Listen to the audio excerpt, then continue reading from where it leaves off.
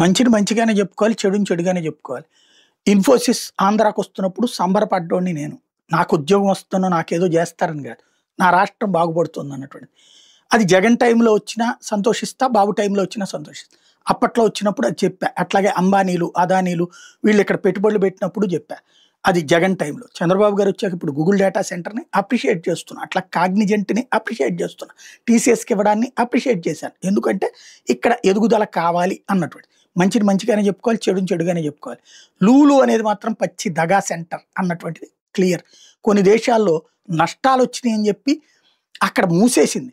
అదే లూలు వచ్చి తెలంగాణలో అక్కడున్నటువంటి ఏదైతే మెట్రో వాళ్ళకి సంబంధించినటువంటి కాంప్లెక్స్‌ని అద్దెకి కడుతోందక్కడ. అట్లాంటిది ఆంధ్రాకొచ్చేటప్పటికి వందల కోట్ల విలువైనటువంటి సొత్తు వాడికి దోచిపెడుతున్నారు. ఏదైతే వాడు పెట్టిన షరతులు ఏ స్థాయిలో ఉందంటే ఆంధ్ర ప్రభుత్వాన్నే దోచుకోవడానికి ప్రయత్నిస్తున్నాడు. విశాఖ లాంటి చోట్లను వాడేదో ఒక షాపింగ్ మాల్ పెట్టుకుంటుంటే భూములు ఇవ్వడమే నేను అనేక సార్లు ప్రస్తావించాను. మెట్రో వాడేం పాపం చేశాడు, రిలయన్స్ వాడేం పాపం చేశాడు, వీళ్ళందరికీ భూములు ఇవ్వట్లేదు కదా. లూలు అనేవాడు ఒక మాల్ కట్టుకుంటుంటే ఇవ్వడం ఏంటి? అదేమంటే ఉపాధి అంటే గుమస్తాగిరి ఉద్యోగాలకి వాడిచ్చేదండి గొట్టం. అనేక షాపులోళ్ళు బోల్డంతమంది ఉన్నారు. మరి రిలయన్స్‌లోను, టాటా వాళ్ళకి సంబంధించిన వీటన్నిటిలో కూడా లేకపోతే డెటాథ్లాన్‌లా లేకపోతే డీమార్ట్‌లో వాటన్నిటిలో కూడా గుమస్తా ఉద్యోగాలులే కదా ఇచ్చేది. అక్కడ ఇస్తున్నారు కదా. దీనికి ఎందుకు మరి డబ్బులు ఇవ్వాలా? మనం ఎదురెందుకు ఇవ్వాలి అన్నటువంటిది ప్రస్తావించి. వీడు ఎంత తెలివితేటలు చేస్తున్నాడంటే ఆంధ్రాలో ప్రభుత్వంలో మరి ఎవరిని పట్టుకున్నాడో తెలీదు గానీ విజయవాడ బస్ స్టాండ్‌నే నొక్కేస్తున్నాడు. పాత బస్ స్టాండ్‌నే. 600 కోట్ల రూపాయల విలువైనటువంటి భూమిని అప్పనంగా నొక్కేస్తున్నాడు. అదేమంటే లీజ్ సొమ్ము దానికి కూడా 1,00,000 షరతులని మన పవన్ కళ్యాణే ప్రస్తావించింది.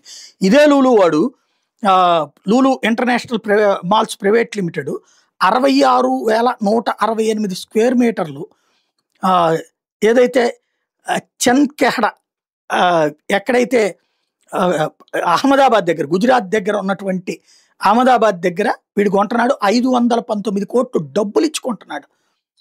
ఫైనల్ ఎగ్జిక్యూటివ్ మొన్న శుక్రవారం జరిగిందది. సబర్మతి సబ్ రిజిస్ట్రార్ ఆఫీసులో దీని మీద వచ్చినటువంటి డబ్బులు 31 కోట్లు రిజిస్ట్రేషన్ వాల్యూ కింద డబ్బులు వచ్చినాయి. అంటే రిజిస్ట్రేషన్ వాల్యూకి వాళ్ళు మినహాయింపు ఇవ్వలేదు.